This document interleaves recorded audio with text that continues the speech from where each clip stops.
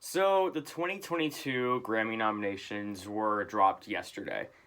And while you can say it's like the Grammys don't matter anymore, the Grammys are irrelevant, whether you think that or not, it still warrants a pretty good discussion.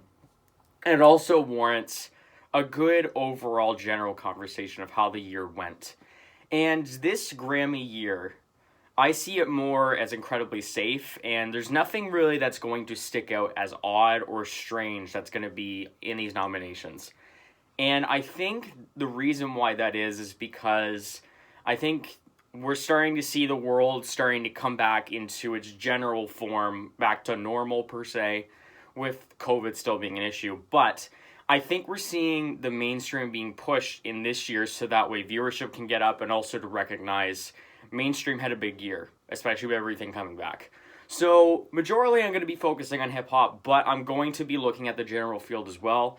And just keep in mind, I'm just scrolling through this on my computer right in front of me. So, I'm just going to be reacting to it as I read it. So, the first one that shows up is Record of the Year. So, we have ABBA on it, which is really strange, even though they dropped an album like it's been 40 years, I think it's been. That could have a little bit of clout to it, but I don't think it's going to win. John Baptiste had a really good year of nominations. I believe he did even announce some nominees. And I know he's big with like soundtracks. I think did he worked on Soul. I remember that, and I think he got a nomination for Soul this year. So, maybe some clout to that, but I don't think that's going to win either. Tony Bennett and Lady Gaga, I think they won a couple of Grammys a couple years ago because they did do another collab project just recently, and they did one, I believe it was quite a few years ago. It's not really going to appeal to the general audience of this year, so I don't think it will win either. Peaches has a very good chance because it has Justin Bieber on it. It has Daniel Caesar and it has Giveon. Giveon especially has been having an incredible year. So I can see that as a pretty... It's not going to win, I per se, but it's definitely in that top three conversation. I honestly haven't heard right on time, but I know Brandi Carlile is nominated a ton. I see her all over the place. Kiss Me More of Doja Cat featuring SZA. That could win because I know that was a big deal when it came out, and SZA has this kind of higher echelon kind of appeal. But I think it's actually the last four of this category that have the best chance of winning. I said Peaches is top three. I guess it would be top five. So Happier Than Ever, it's Billie Eilish. Billie Eilish has just this amazing clout in the industry and amazing clout in just the general population. I think it's a good bet. Montero, Call Me By Your Name, whether they go with Lil Nas X having an incredible year, whether they go with him being a homosexual, maybe pushing that kind of agenda of acceptance and inclusivity, whatever it's called. Inclusivity, there we go.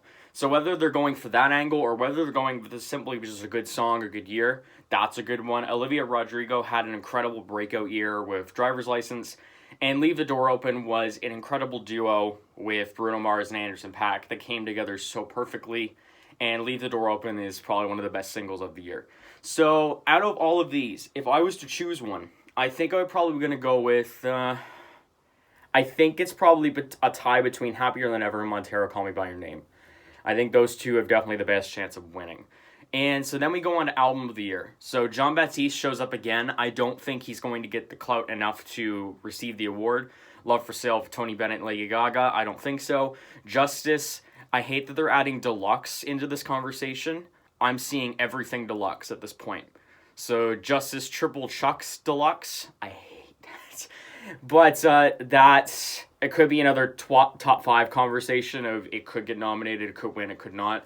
Planet Her, Doja Cat is having a good year, so she may have that slight chance. Happier Than Ever, I think that's in the top three at this point.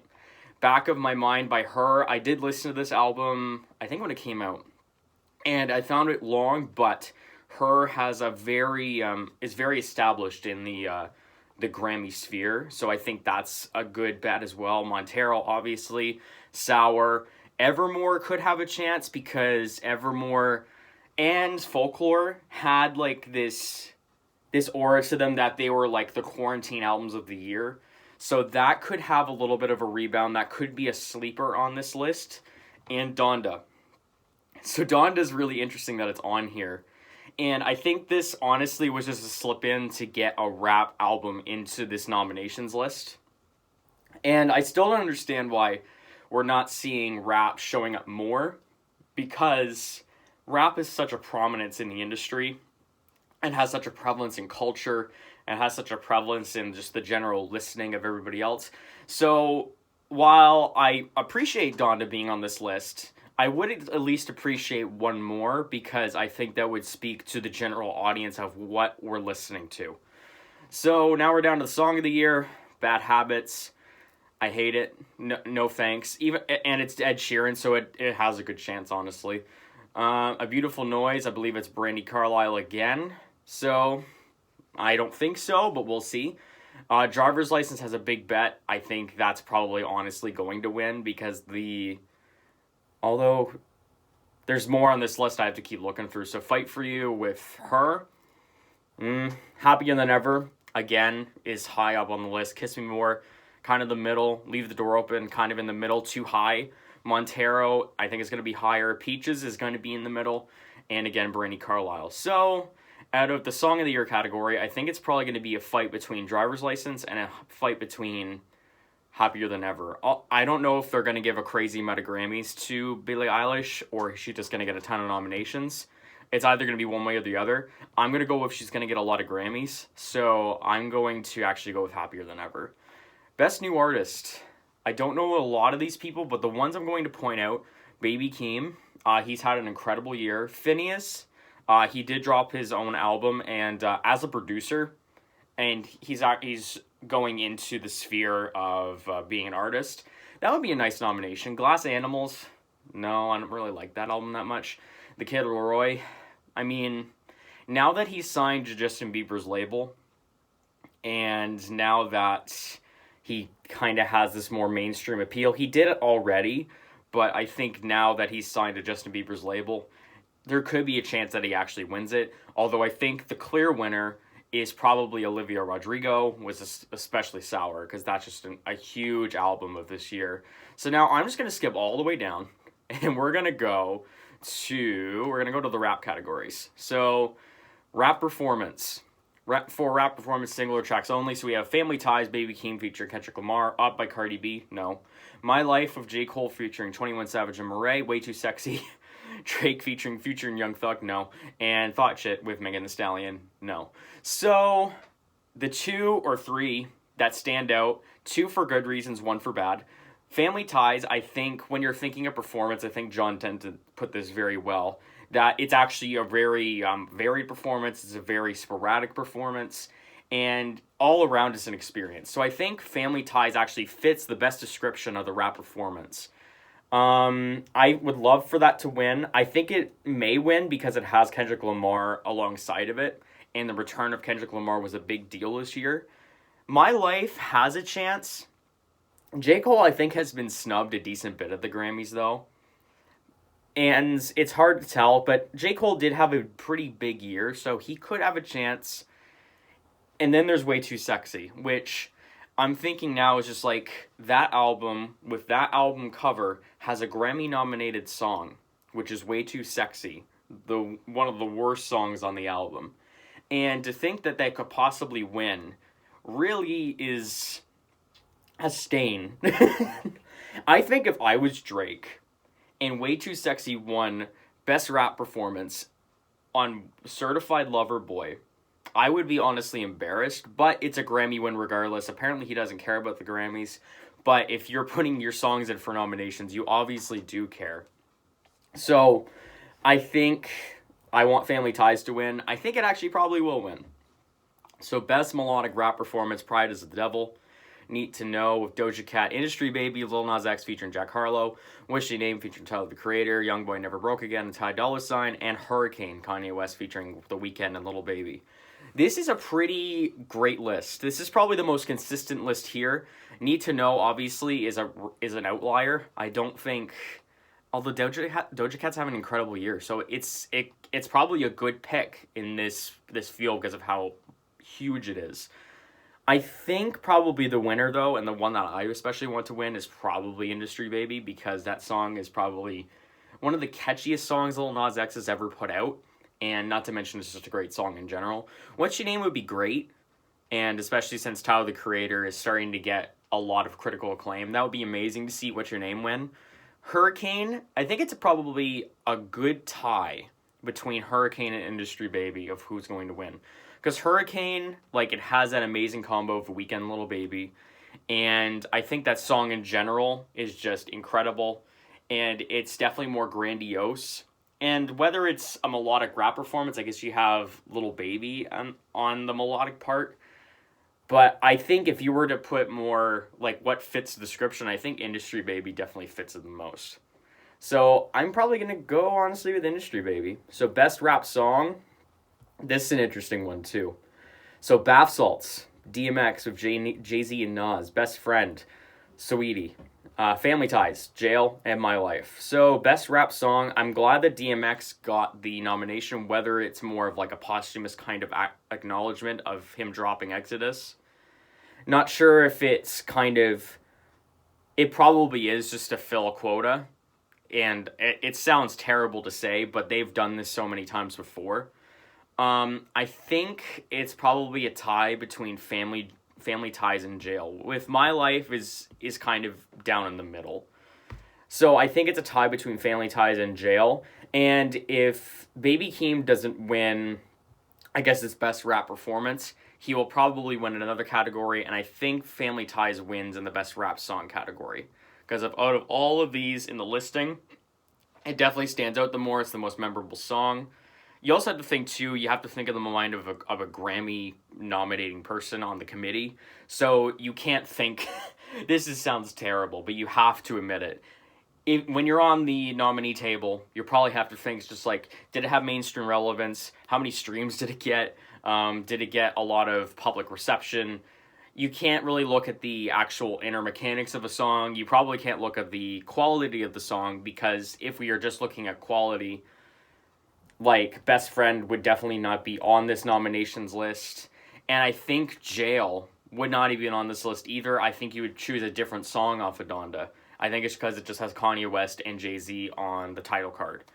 But I'm going to go with Family Ties on this one. And I believe this is the last category that I'm going to be discussing. And that's the best rap album, which is a big deal. But I think it's a pretty alright list. So The Off-Season with J. Cole, really good album, really consistent album. Still listening to it to this day. Certified Lover Boy, it's a good pick because it was popular. It was a good pick because it's still relevant. And Drake did an incredible job with the marketing to the point that we're still talking about it, even though it's probably one of his weakest albums in his discography.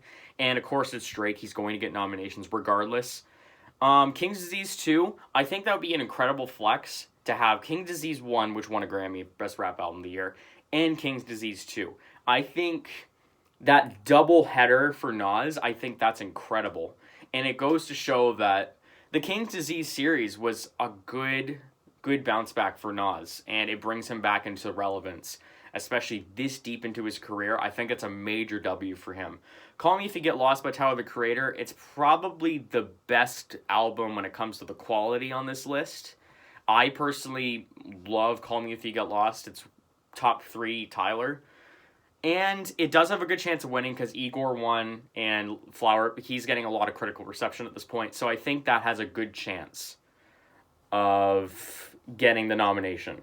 And then there's Donda. So if Donda doesn't, I think seeing that, I'm going to take back my thing on Tyler, the Creator, because if Kanye West was nominated for Rap Album of the Year, and also he's in the General Album of the Year, which I don't think he has a chance of winning at all. But knowing that he's in the Best Rap Album category and also the General Album of the Year category, I'm not going to say it's a lock, but I'm going to say it's pretty close to saying that Donda is probably going to win Rap Album of the Year. And I was thinking in my head, it's just like, Kanye is such a polarizing figure, especially in the past couple of years. I guess he's had a little bit of this redemption arc, but it just goes to show that Kanye West can just, you can't stop it. You just have to acknowledge that it's good music, and Kanye West in general is just going to be relevant until forever.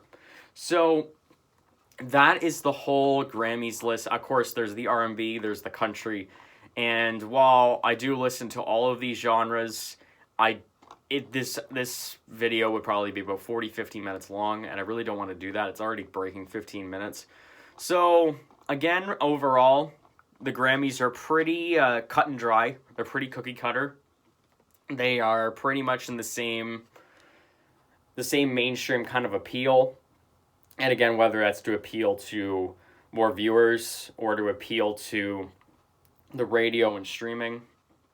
It's going to be an interesting year, but I don't think this year has an incredible amount of surprises.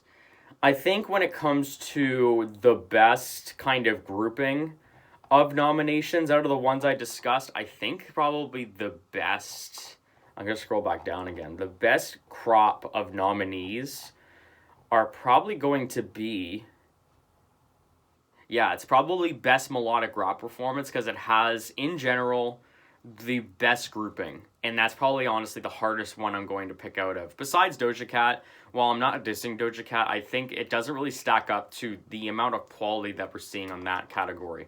And the weakest definitely has to be just the general album of the year conversation. And while it makes total sense why some of these are on here, I don't think everyone's listening to the Jean-Baptiste album. I don't think anyone's listening to Tony Bennett like Lady Gaga. Justin Bieber just makes sense because it's Justin Bieber, although that album is pretty mediocre. Planet Her is also pretty mediocre. Happier Than Ever makes perfect sense. Back of My Mind by Her, she is generally well-known in the Grammy sphere. Lil Nas X makes sense. Olivia Rodrigo makes sense. Taylor Swift kind of makes sense. I think they kind of missed the boat on Folklore. So I think they're just trying to get a little bit of a redemption. And Donda, I think when you compare it to everything else on here, it's a really odd outlier. And that's why I'm saying it's just like it's definitely not going to win here, but it probably will win Rap Album of the Year. So in general, decent year. Not going to say it's anything crazy. Nothing's going to stand out that's going to blow your mind. But that's the Grammys. And whether you agree that they're relevant or not, it warrants good discussion. So leave your comments down below of who you think is going to win. Leave your comments if the Grammys even matter at this point. And I will definitely be making a video of the reaction of the Grammy wins, because as much as I say that it's very cookie cutter this year, they always find a way to screw it up. And I love talking about screw-ups, as you can tell on this channel. So leave a like, comment, subscribe. Thank you for watching. Catch you later. Peace.